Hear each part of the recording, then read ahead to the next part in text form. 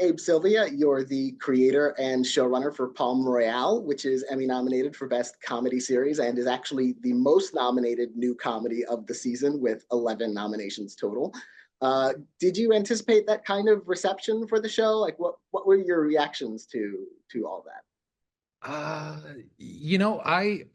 really try to sort of control the experience on sort of the nomination morning. So last year I had a horse in the race with George and Tammy, and I got really sort of worked up and followed all the prognosticators and probably put myself into a state that I shouldn't have been in. And this year I decided to do it differently. And so when the nominations were coming out, I made a hair appointment, and for the exact time the nominations were being announced. And I was like, well, when I come out, we'll either get a couple nominations or we won't, but at least like my hair will be fresh and I'll be walking through Central Park. And so I come out of my hair appointment, and I look at my phone, and my phone isn't buzzing or anything. So I'm like, okay, fine, like that's cool. And then I forgot that like I don't get any reception in where I get my hair done. So as soon as I stepped out of the building, my phone lit up, and it was just such a thrill. But I'd already made my peace with the fact that we hadn't, and so I sort of got both experiences.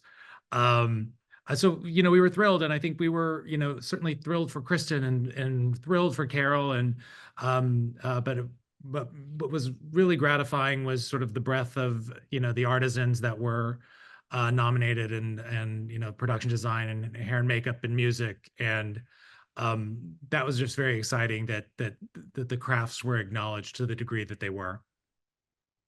And those crafts are really impressive. The way the show captures that 1960s aesthetic and really kind of heightens it and makes it really pop on the screen. How complex was the production from a technical standpoint, having all these details to reckon with? I was saying the other day that we got to make the show that you went into show business to make. You used to like when you're a little kid and you're watching big MGM movie musicals, and like the movies and TV shows that you sort of fell in love with that made you want to go into show business. We all got to make that. I was saying to Alex Freeberg, the costume designer, that like so often we sort of live in a hoodie and backpack world where like most shows are flannels and hoodies and backpacks, and our shows was ball gowns and big hairdos and astronauts and showgirls, and so it was just a thrill the whole time. And luckily we had Apple's support to take big swings, and to be able to shoot it at Paramount, the sort of the storied lot. It was a dream. Yeah, it was complex, but we have a great line producer, a great UPM, great ADs. It's like we're shooting in LA, where you're getting the best of the best, bringing their best and working on something that everybody was in love with. So it was just fun, and yeah, there were hard days. I think the hardest part was that we were just tired. You just get tired after all that delight and stimulation. The series is inspired by the novel Mr. and Mrs. American Pie by Juliet McDaniel. What did that book mean to you when you read it, and what made you want to adapt it? Well, it had this central character that I thought was really interesting, sort of kind of bull in a china shop female character that was I don't know. I always kind of respond to iconoclastic women as and this one was mouthy and kind of said all the wrong things at the right time. And so that was sort of the jumping off point. But books are one thing, and TV shows are another. And we wanted this to be really hopefully a long running ongoing series. And so we opened up the world and moved this. The book takes place in Palm Springs in Arizona, and we moved it to Palm Beach and added a bunch of characters. And so while there certainly was the kernel of inspiration, we've moved off of the plot of the book almost entirely. But the spirit of the book, I think, is very much remains. The story being set in 1969, was a lot of research required beyond the book to kind of capture that era. Yeah, sure. I mean, there were certainly, we were inspired by events of the late 60s. It wasn't necessarily a one for one. it's like space exploration, we wanted to kind of get in there, the fight for women's rights, mentions of Stonewall, but like for the most part, these women in their country club, they live in Palm Beach because it is a walled off society. It's like the real world doesn't get in. And so it was more about, sort of creating this world of beauty and having, what's actually happening in the world, whether it be Vietnam or the struggle of women. It just sort of like seeps in, and they've all got sort of these Archie Bunker blinders on, under their caftans. So there wasn't, a whole lot of research. We would come in and be really inspired. Robert's character, played by Ricky Martin, we were really inspired by the story of Oliver Sipple, which is a gay veteran who was living sort of a closeted life from his family in San Francisco. And he was the man who thwarted Sarah Jane Moore's attempt to assassinate Gerald Ford and what that did to his life. And so like we always knew that he was going to sort of thwart this assassination attempt. And it's like, what does that do to a closeted gay man to be thrust into the spotlight? So little things like that, or even the Sarah Jane Moore aspect with Julia Duffy's character, that, one day a housewife woke up in this time and said, oh gosh, the most rational thing I could do today is wake up and try to kill the president. So there were things of the time that we were certainly paying homage to, but we weren't sort of strictly historic. Your central character, Maxine, goes to great lengths to climb the social ladder. What did you think going into it about those themes of, the pursuit of status, the appearance of success, and what real success actually might look like? Well, it's sort of like writ large and absurd in our show, but I think it's a very human need. Whether or not, the sort of the desire of belonging for an individual is defined in the way Maxine defines it. I think especially like, in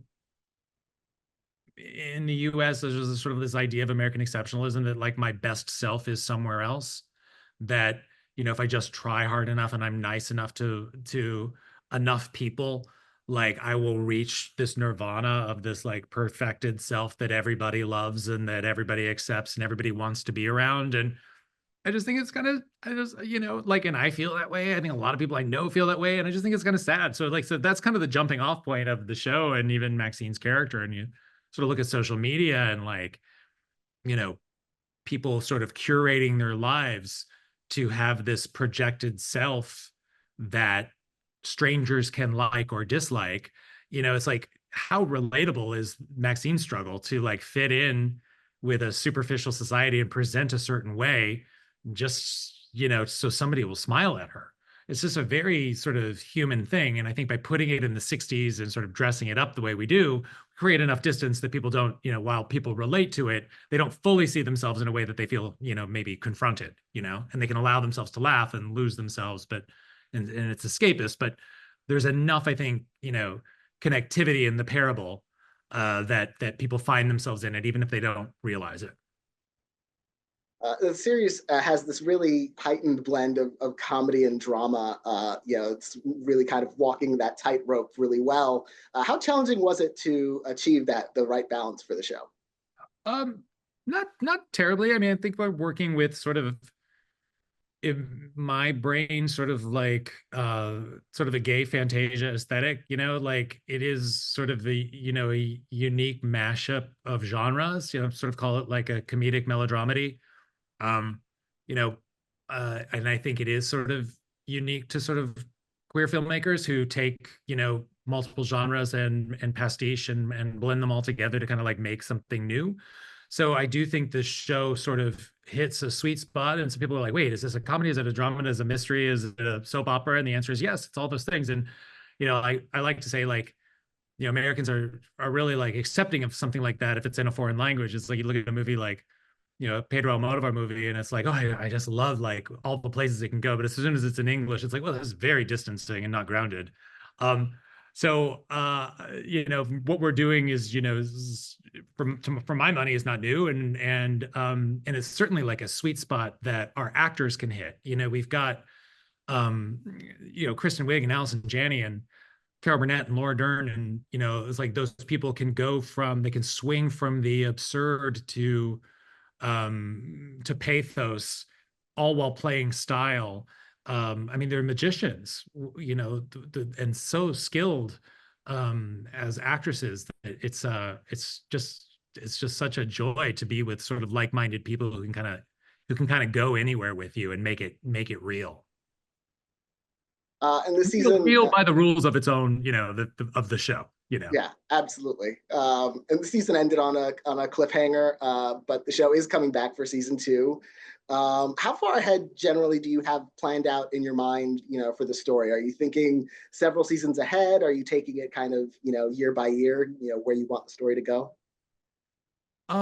When I first pitched the show to Apple, I had a 3-season arc that I pitched them. Hopefully going further, but just for the purposes of selling the show, you say, here are the first 3 seasons, just so you can kind of prove that it's got legs.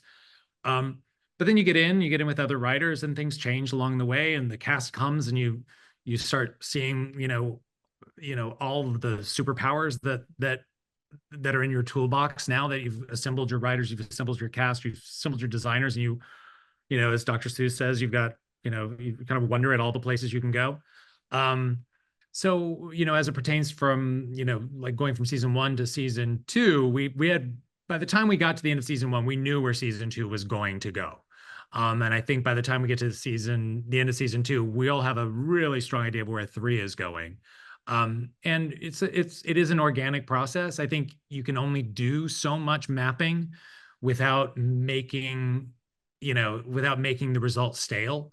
I think there's especially a show like ours, I think there's a spontaneity to it, that for all the planning ahead you have to do for the, to execute the design of it and have that many extras and, have that much beauty in the sets and the costumes and all that. You need to be nimble enough to sort of like capture the spontaneity of the moment. And we feel that way about story too. And sometimes you get a combination of people on set, got to think about halfway through shooting, had a 2-shot with Ricky Martin and Josh Lucas. And I ran back to the writer's room. I said, that's a combination of actors that we haven't explored. And it was just such an exciting, magnetic 2-shot of these just fabulous actors and fabulous looking men that it's like, we have to keep going with this. And we hadn't planned. And so we ended up sort of building out this arc that we had initially when we opened the writer's room on day 1, didn't even know was sitting right there in front of us. So, yes, you sort of a general idea, and we definitely know where we were going when we wrote the finale of season 1. We knew where season 2 was going to kick off, but we're very excited by where it's going. Well, congratulations on the show and its Emmy nominations. And say thank you so much for talking with me about it today. It's been a pleasure. Yeah, it's pleasure's all mine. Thank you so much.